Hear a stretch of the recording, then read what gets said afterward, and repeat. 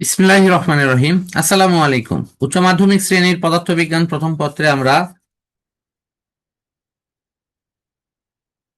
আজ খাড়া উপরের দিকে নিক্ষিপ্ত বস্তুর ক্ষেত্রে গতির সমীকরণের কিছু পরিবর্তন, উত্থান কাল, পতন কাল, শূন্যে বিচরণ কাল, সর্বাধিক উচ্চতা সহ কিছু বেসিক ধারণা নেওয়ার ইনশাআল্লাহ চেষ্টা করব।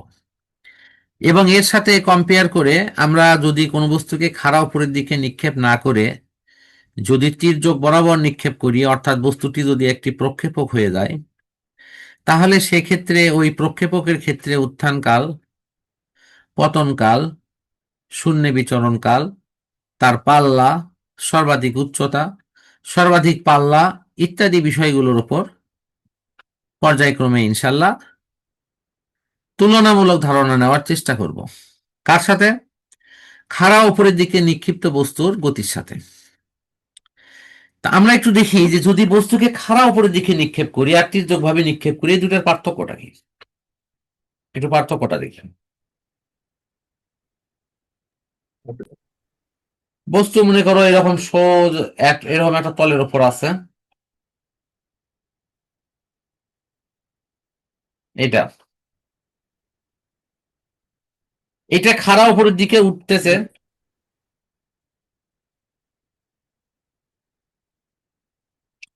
আবার ওই বরাবর ঠিক নিচের দিকে নামতেছে।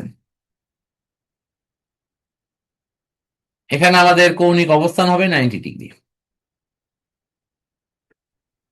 মানে 90 এর চেয়ে কমও না বেশিও না। কারণ কম হলেও সমস্যা হবে, বেশি হলেও সমস্যা হবে। এই ক্ষেত্রে আমরা যদি বলি যে শূন্যে বিচরণ কাল কত, T1 সমান হবে U/G। তারপরে পতন কাল T2 সমান হবে U/G। যদি বলি যে শূন্যে বিচরণ কাল মানে, তাহলে বিচরণ কাল মানে এই দুটোর যোগফল, অর্থাৎ T1 প্লাস T2, এই দুটো যোগ করলে কি হবে? এই দুটো যোগ করে হবে টোয়াইস U/G। আমি একবারে লিখলাম কিন্তু টোয়াইস ইউ,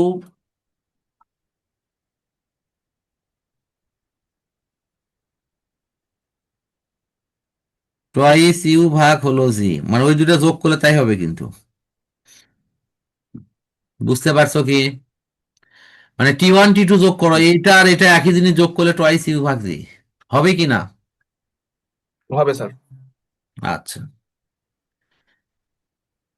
এখন যদি সর্বাধিক উচ্চতা বের করি তাহলে সেক্ষেত্রে সূত্র হবে V²=U² মাইনাস, যেহেতু উপর দিকে উঠতেছে, 2GH। এই এইচটা বড় হাতের এইচ দিলাম, আসলে ছোট হাতের এইচই হবে এখানে। তো বড় হাতের এইচটা লেখা হয় বিশেষ ক্ষেত্রে যদি এটি সর্বাধিক উচ্চতা হয়। তো সর্বাধিক উচ্চতার ক্ষেত্রে তখন ছোট হাতের এইচ না লিখে এটা বড় হাতের এইচ লেখা হয়। তো এই ক্ষেত্রে তুমি দেখো যে আমাদের শেষ বেগের মান হবে 0, কারণ বস্তু যদি খাড়া উপরের দিকে ওঠে, মানে এই ধরো এই জায়গাতে এই যে উপরে উঠে গেল খাড়া উপরের দিকে, উঠে তো বস্তুটা থেমে যাবে, থেমে তারপর আবার নিচের দিকে নামবে, তাই নামবে না? জি স্যার। তো যখন ও নিচের দিকে নামবে তখন তার শেষ বেগ কত হবে? 0। নো। তাহলে কি এটা শূন্যের ওপর স্কোয়ার?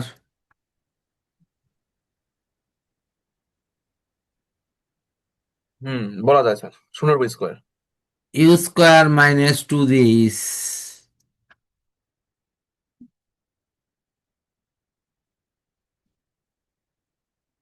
জি স্যার।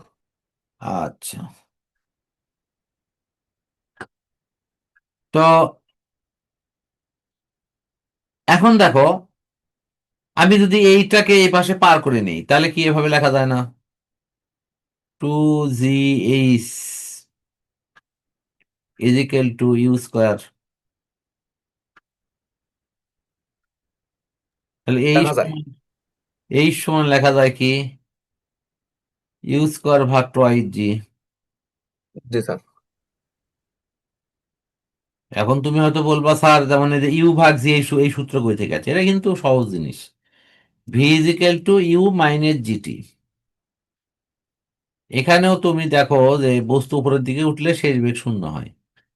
তাহলে শূন্য সমান কি, u minus gt. U minus GT.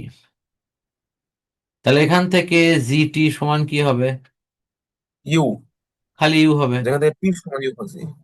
সেখান থেকে তুমি টি সমান কি লিখবে, ইউ ভাগ জি। ইউ ভাগ জি। এখন কি বুঝছো? তাহলে এই জি টিটা স্যার। যদি টি 1 হয় আর পতনকাল যদি টি 2 হয়, একই হবে অনুরূপ ভাবে। আশা করি টি বুঝছো। ওয়ান প্লাস টি টু হবে তাহলে দ্বিগুণ। জি স্যার। আর টি 1 প্লাস টি 2 হলে তো টোয়াইস ইউ ভাগ জি। শোনো, পড়াগুলোকে এমন ভাবে তোমার মাথার মধ্যে নেও যেন এটা বাড়তি কোনো চাপ তৈরি না করে, একটা ফ্রি ফেয়ার ওয়েতে পড়াটা তোমার মাথায় চলে আসতেছে।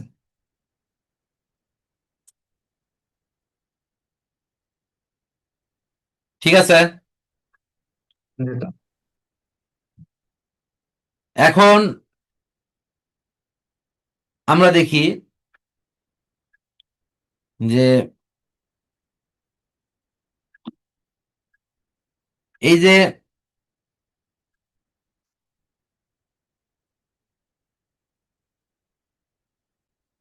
কম্পেয়ার করে যদি আমরা এটাকে 90 ডিগ্রি না নিক্ষেপ করে যদি এইভাবে নিক্ষেপ করতাম, অর্থাৎ এখানে যে কোণের মান সেটা 90 ডিগ্রি সে কম, অর্থাৎ ওখানে যে থিটা কোণ যদি লিখি তাহলে সেটা সূক্ষ্ম কোণ যদি হয়, তাহলে তার দুটো উপাংশ হবে। আমি এই উপাংশটা বোঝানোর জন্য একটু কালার চেঞ্জ করে দিলাম। মনে করো সেইটার আনুভূমিক উপাংশ এটা, ওইটার উলম্ব উপাংশ আর একটা কালার দিয়ে দিলাম, এই কালার। এটা উলম্ব উপাংশ, খাড়া উপরের দিকে। জি স্যার। তোমার নিশ্চয়ই এইটুকু এবিসি জ্ঞান আছে যে আনুভূমিক উপাংশকের বেলায় আমরা কি লিখবো। কস। থিটা হলে থিটা, আলফা হলে আলফা, যা হবে তাই, নাকি? জি স্যার।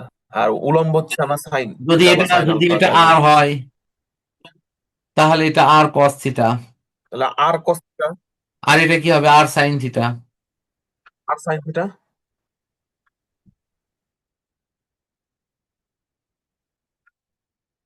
এটা তো করা হবে নাকি? জি স্যার। এখন তুমি বলো তো যে তোমার এই খাড়া উপরের দিকে যে তুমি লিখছো বেগ, তাহলে এটা ইউ না লিখে কি হবে, ইউ সাইন হবে না? জি u sir, sine u sine theta. Theta হবে। পতনকালের বেলা ইউ হবে না, u u sine theta. Sir. জি আর স্যার, শূন্য পতনকালে ব্যবহার হবে। বিচলনকালের বেলাও কি ওই ওই সাইনটা এখানে চলে আসবে না, সাইন থিটা। হ্যাঁ, তাহলে তো তাই হচ্ছে। এই যে এখানে যে ইউ স্কোয়ার আছে, তাহলে এখানেও কি সাইন স্কোয়ার হবে না? স্কোয়ারটা যে পুরোটার উপরই square, sign G square sir. Theta. তুমি জি স্যার। দেখো তো এই মুহূর্তে তোমার কাছে নিশ্চয়ই বই আছে, বইয়ের দেখো তো আমার এই কথাগুলোর সাথে মিলছে। আমি কিন্তু রৈখিকটাকে কৌণিকে নিয়ে গেলাম, পড়ালাম রৈখিক হয়ে গেল, কৌণিকে হলো, রৈখিক হলো। জি স্যার, দুইটাই একসাথে হয়ে গেছে। হ্যাঁ, বইয়ের সাথে মানে যতটুকু দেখতেছে তার মিলতেছে। হ্যাঁ, এখন তুমি হয়তো বলবা স্যার ইউ এর জায়গায় হয়তো ওটি ভি নট লেখা থাকতে পারে। হ্যাঁ, ওইটাই স্যার, ওটা আমি বুঝে নিয়েছি স্যার। ভি নট লেখা থাকতে পারে, তাছাড়া বাকি সবই এক। তাহলে এখন মজাটা মনে হয় নিশ্চয়ই পেয়ে গেছো যে এটা একটা ম্যাজিক ব্যাপার, অর্থাৎ তোমার কিন্তু আগে যেটা লিখছি এটা গুলো জানা, কারণ ওটা তোমার জানা জি জিনিস স্যার। আমি লিখছি। খারাপ উপরের দিকে নিক্ষেপ করলে বস্তুর কি হয় এটা তুমি সবই জানো, 9 10 শিখছো। তাহলে 9 10 তোমার যেটার ঘাটতি ছিল সেটা হলো যে সাইন উপাংশক সহ লিখলে কি হয়, কজ উপাংশক সহ লিখলে কি হয়, সেটা ঘাটতি ছিল। ঠিক তো? এখন আমরা উৎস দিয়ে করলাম। হ্যাঁ। তাহলে আমি পাল্লা যদি লিখি, পাল্লা সূত্র তো আলাদা, দেখো তুমি লেখা আছে ওখানে, কি আছে দেখো তো, পাল্লা স্যার, মিন্স। পাল্লা স্যার কি? আচ্ছা, পাল্লা কি বুঝে দিচ্ছি। পাল্লার সূত্রটা বলো। সাইনের পাল্লার বেলা দেখ, সূত্র। আমি বলি সাইনের বেলায় সাইন টু থিটা আছে, এটা তোমাকে কনফার্ম দিলাম, টু থিটা অবশ্যই আছে। আর নিচে হলো তোমার সম্ভবত আহ জি, দেখো তো কয়টা আছে, একটা না দুটা? আচ্ছা স্যার, আমি তো ধরতে তো পারতেছি না, এটা আসলে কত নাম্বার সমীকরণ, এখানে তো অনেকগুলা দেওয়া স্যার। না না, পাল্লা আছে নিচে, দেখো নিচের দিকে যাও। খুঁজে পাওনি? বিচরণ হ্যাঁ হ্যাঁ, ওই যে অনুভূমিক পাল্লা একটা পাইছি, অনুভূমিক ইয়েস পাল্লা। ইয়েস, অনুভূমিক পাল্লা, ওটাই ওটাই। সূত্রটা বলো। হ্যাঁ, সূত্রটা আছে হচ্ছে x tan theta naught minus g না না না, এক্স ওটা না স্কোয়ার ওটা না, বাই। ওইটা না ওইটা না। আর ইজিক্যাল টু কত আছে? আচ্ছা স্যার, আমি দেখতেছি আর ইজ ইকুয়াল টু কত আছে দেখতেছি। ওই যে আর ম্যাক্স আছে হচ্ছে v naught square sine 90 degree by g. দেখো ভি নট স্কোয়ার মানে এটা ইউ জি স্কোয়ার, স্যার। ভাগ হলো জি না, জি স্যার, ভাগ হলো জি। ভাগ হলো জি, এটাই বলতেছি। এটার সাথে মিলাবা, এই যে এটার সাথে মিলাবা। ইউ স্কোয়ার এখানেও আছে এখানেও আছে, সাইন স্কোয়ার থিটা না হয় এই টুটা তোমার নিচে আসে টু থিটা আছে, আর এর নিচে টুটা নাই হয়ে গেছে। মানে একটা টু স্কোয়ার না হয়ে নিচে টু থিটা হচ্ছে, আর নিচের টিটা নাই হয়ে গেছে। তখন এইচটা হবে এই সর্বাধিক উচ্চতা, হবে সর্বাধিক পাল্লা।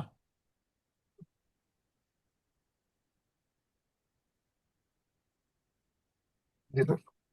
বুঝতে পারছো কি? আবারও আবারও দেখা, এই যে খেয়াল করো, মিল দেখাই।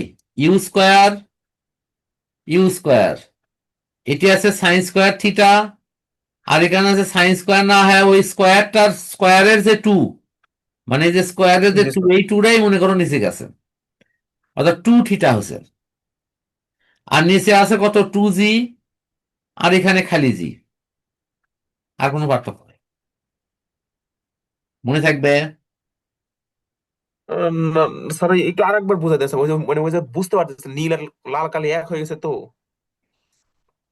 তুমি এখন আমাকে এটা বলো, এই সর্বাধিক উচ্চতার এটা সূত্রটা কি? ইউ স্কোয়ার ভাগ টোয়াইস জি না, এটা মূল সূত্র না? জি স্যার, সর্বাধিক উচ্চতার সূত্র হলো এটা। তাই তো। জি এখন স্যার। যদি তুমি ইউ এর পরিবর্তে সাইন লেখো, তাহলে সাইনের ওপরও স্কোয়ার হবে না? আরেকটু স্কোর হবে। হ্যাঁ, তারপর থেটা। এই তো। জি স্যার। আচ্ছা, এই জায়গায় তুমি দেখো তো, এই জায়গায় তুমি দেখো তো, এটা কি, এটা আর ওটার মধ্যে পার্থক্য করো তো। এখানে সাইন স্কোয়ার আছে, এই জায়গায় সাইন স্কোয়ার আছে, আর এখানে জি কি স্যার। আছে, এখানে আছে সাইন টু থিটা আছে। সাইন টু থিটা, এক মিনিট স্যার, আমি এই যে কালো এখানে সরাই দিই। হ্যাঁ, সাইন টু থিটা। আচ্ছা, তোর বইতে তো আছে, বই দেখো না কে? তুমি বইটাও কাছে নাও, একই তো। বই আমার কাছে আছে, কিন্তু এই যে তো অনেকগুলা তো, এই জন্য মানে আমি বুঝতে পারতেছি না কোন সূত্র। হ্যাঁ, আমি বইয়ের মধ্যে পাইছি। এই যে গোল করে দিচ্ছি, এই যে গোল করে দিচ্ছি, আমি এটা শিখেছি এইটার সাথে, এই যে গোলটা কম্পেয়ার করেছি। এই দুটোর সাথে গুতে, হ্যাঁ আচ্ছা। পাইছো পাইছো? পাইছি পাইছি স্যার। কম্পেয়ার করো, তাহলে ইউ স্কোয়ার ঠিক আছে। নিউজ কিউ স্কোয়ার ঠিক আছে। হ্যাঁ, এখানে সাইন স্কোয়ার থিটা, আমি বলছি যে এই টুটা মনে মনে ভাববা এখানে নিচে চলে যাচ্ছে, হয়ে এখানে টু থিটা আছে, এই জায়গায় টু থিটা আছে। আচ্ছা, এটা মনে করবো টু থিটা হয়েছে। জি স্যার। স্কোয়ার দেওয়া হয়েছে টু আর থিটা। নিচে। জি স্যার। ক্লিয়ার? জি স্যার, এখন ক্লিয়ার স্যার। হ্যাঁ, আর নিচে আছে টোয়াইস জি, সেটা খালি এক জি হয়েছে, এক জি হয়েছে। আর কোনো পার্থক্য এটা কি নেই। পাল্লা সূত্র? সূত্র একবার ডাইরেক্ট, এই সূত্র ব্যবহার করে তোমার ওই ইয়েটা সলভ করা আছে। ও আচ্ছা, পাইছি এবার অনুভূমিক পাল্লা। এই যে দাঁড়া নিলাম, যে পাশে অনুভূমিক পাল্লা আচ্ছা, নির্দেশ করে। আশা করি হ্যাঁ এটা হ্যাঁ, ক্লিয়ার, এটা ক্লিয়ার বুঝছো। এখন বুঝতে পারছি ক্লিয়ার। এখন তোমার এই পাল্লা নিয়ে একটা প্রশ্ন আছে, যে সর্বাধিক পাল্লা। আমি এটা কিন্তু ক্লোজ করে দিলাম। সর্বাধিক পাল্লাটা কি? ধরো ক্রিকেটের বল ব্যাটসম্যানের দিকে তেড়ে আসতেছে, ব্যাটসম্যান ব্যাট চালাচ্ছে, একেবারে এই জায়গায় লাগছে, লাগে বল একেবারে কি উপর দিকে উঠে এরকম করে উঠে একবারে দর্শকের মাথার উপর দিয়ে গিয়ে যায়, বাইরে পড়ছে, তার কি ছক্কা না? হ্যাঁ, তাহলে 6 হবে। তাহলে এই যে বল যে এই বরাবর উঠলো, এই যে এই বরাবর উঠলো, এখন আমরা একটু জি স্যার। মাপার চেষ্টা করি। এই যে এই বরাবর যে বল উঠছে, এই কোণটা প্রায় 45-এর কাছাকাছি। এর উপরেও 45, নিচেও 45। 45। আমি কিন্তু হাত দেখাচ্ছি একটা অনুমান করে বোঝানোর জন্য। হ্যাঁ স্যার। বুঝতে পারছো? এখন কথা হলো 45 এসে যদি কম জি স্যার। করো, তো কম করলে তাহলে ওই যে থার্ড ম্যানে গিয়ে ড্রপ হয়ে আর কি হবে? Catch catch out, catch out হয়ে যাবে। আবার যদি ক্যাচ তুমি আউট হবে। ব্যাটের ব্যাটের ওপরে লাগায়া, কথা বুঝছো কি, ব্যাটের ওপরে লাগায়া যদি এটাকে মানে সাগর উপর দিকে তুলে দাও, তাহলে catch out, caught and bowled বলা হয় যেটা। হ্যাঁ, হয়তো 90 ডিগ্রি হবে। বুঝতে পারছো তো মনে হয়, আশা করি। জি স্যার, আমি এটা বুঝতে পারছি। তো এইগুলো আমাদের খুবই সূক্ষ্ম হয়ে পড়ার জিনিস। স্যার, ওই তার আগে একটু পাল্লাটা একটু দেখাই দেন স্যার, পাল্লাটা ওটা তো হ্যাঁ হ্যাঁ, এখনো পাল্লা দেখা যায় পাল্লা নাই। বুঝে দিচ্ছি। আশা করি এটা বুঝছো তো নাকি, এই যে এখন যেটা দেখালাম। হ্যাঁ, এটা এটা বুঝতে পারছি যে বল ব্যাটের সাথে কয়ভাবে যেতে পারে, এটা বুঝতে পারছি। আচ্ছা ফাইন। তারপরে বল নিয়ে যদি কোনো প্রবলেম মনে হয় আমাকে বলবা। আর মানে ইনশাল্লাহ হলো, স্যার। আমরা অনেক সময় এরকম কথা বলি না, দেখ ভাই, তুই ওই ব্যাপারে যে আমাকে বলছিস আমার কিন্তু ওটা রেঞ্জের বাহিরে, আমি ওই ব্যাপারে কিছু করতে পারবো না। এই যে হ্যাঁ, আমি রেঞ্জের এরকম একটা বাহিরে, এই রেঞ্জ, এই যে রেঞ্জের কথা বলা হয়, রেঞ্জ মানে হলো সীমা রেখা। যে ভাই আমাকে যেটা তুই বলছিস আমি কিন্তু অতদূর পর্যন্ত তোমাকে কিছু করতে পারবো না, আমি এই যে এই করতে পারবো। আমরা অনেক জি সময় স্যার। বলি কিন্তু এটা। আর তার পাল্লাটা একটা দেখা যায়, ও নিজেই তো হ্যাঁ, মুখ দিয়ে পাল্লা বলছে না। মানেই হলো সে ওই কাজটা কতদূর পর্যন্ত করতে পারবে। আশা করি বুঝছো। এখন মনে করো যে তুমি একটা হাতে, মনে করো ভলিবল দিয়ে তুমি জোরে নিক্ষেপ করবা, তাহলে তোমার একটা কিন্তু নির্দিষ্ট পাল্লা আছে, ওই পাল্লা বরাবর কিন্তু বলটা দৌড়াবে। তাহলে তুমি কত দূর পর্যন্ত দিবা সেটা তোমার পাল্লার সাথে সামঞ্জস্য করে। একজন ক্রিকেট ব্যাটসম্যান, সে বলারের বল পাওয়ার সাথে এমন জোরে মারছে, কথা বুঝছো কি, তার তার পাল্লা অনুসারে সেটা 4ও হতে পারে, 6ও হতে পারে, ক্যাচ আউটও হতে পারে। তাই তো? জি স্যার। আশা করি পাল্লা বুঝছো। জি স্যার, পাল্লা বুঝতে পারছি। মানে এটা তার মানে বোঝাচ্ছে অনুভূমিক দিক অনুসারে যত দূর ওটা ওটা যেতে পারে। হ্যাঁ, আমি আমি যুক্তেছি পাল্লার ভিতরে অনেকগুলো কথা আছে। ও তাহলে আচ্ছা আচ্ছা। পাল্লাতে, আপাতত সীমাটা দিল। হ্যাঁ হ্যাঁ, পাল্লাতে, পাল্লাতে দুইটা জিনিস আছে, খুব ভালো করে খেয়াল করো। পাল্লাতে প্রথমত যে বস্তুটা যাচ্ছে সে উপরের দিকে উঠতেছে, এখানে এই যে সর্বোচ্চ উচ্চতায় ওঠার পর আবার নিচ দিকে ড্রপ করতেছে,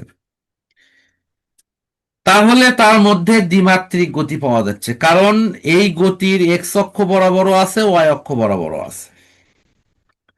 আমি যদি জি এই স্যার। আনুভূমিকটা ধরি, আনুভূমিক বরাবর যদি কোনো গতি কখনো হিসেব করতে বলা হয় তাহলে s is equal to vt. জি স্যার। কিন্তু উলম্ব দিকে যখন উঠবে, উলম্ব দিকে খাড়া উপরের দিকে ওঠা অথবা নিচ দিকে নামা, উভয় ক্ষেত্রে গতির সমীকরণের যে জি, এই জি ব্যবহার হবে, এবং তোমরা জি জি থাকবে। ব্যবহার করে অঙ্ক করবা। দেখো জি স্যার। কিছুটা মাথার মধ্যে ঢুকছে কিনা। জি স্যার, এটা ঢুকছে। কিন্তু আনুভূমিক দিকে কোনো জি, জি সি কিছুই হবে না, কারণ এইদিকে কোনো ত্বরণ নাই। জি স্যার। তো আমরা মূল অপশন এইটুকুই। আমরা একটু এই বিষয়গুলোর উপরে কিছু ধারণা নেওয়ার চেষ্টা করি, যে কিভাবে আমরা এই জিনিসগুলোকে আমাদের নিয়ন্ত্রণে রাখবো। এটার ফার্স্ট কাজ হলো বোঝা। এই যে আমি যেভাবে দেখাচ্ছি বোঝাচ্ছি, এটা ঠিক এইভাবেই তোমার কাজটা ওকে করা।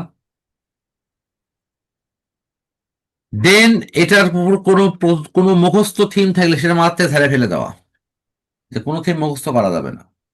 সো ওকে দেখিচ্ছি, পড়িচ্ছি, এবং আমি বুঝতেছি। যদি এটা সত্যি বুঝতে পারো, তাহলে আজীবন কোনো টিচার আল্লাহর মতে এটার উপর লাগবে না, কারণ এটা বুঝিছো তুমি।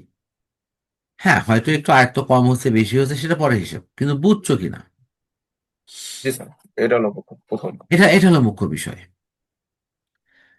তো তাহলে এগুলোর উপর কিছু ইকুয়েশন ইয়ে করলে, অন্য অপশন করলে, দেন দ্যাটস এনাফ।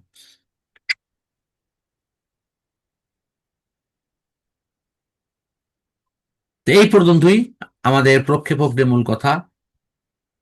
আমাদের অনেক সময় বলবে যে প্রক্ষেপক বেগ, যে প্রক্ষেপকের কোণ, মানে কৌণিক অবস্থান, এগুলো কিন্তু আলোচনায় ইনশাল্লাহ আসবে। তো আমি জি স্যার। এই অংশ থেকে এখানে ক্লোজ করে দিচ্ছি।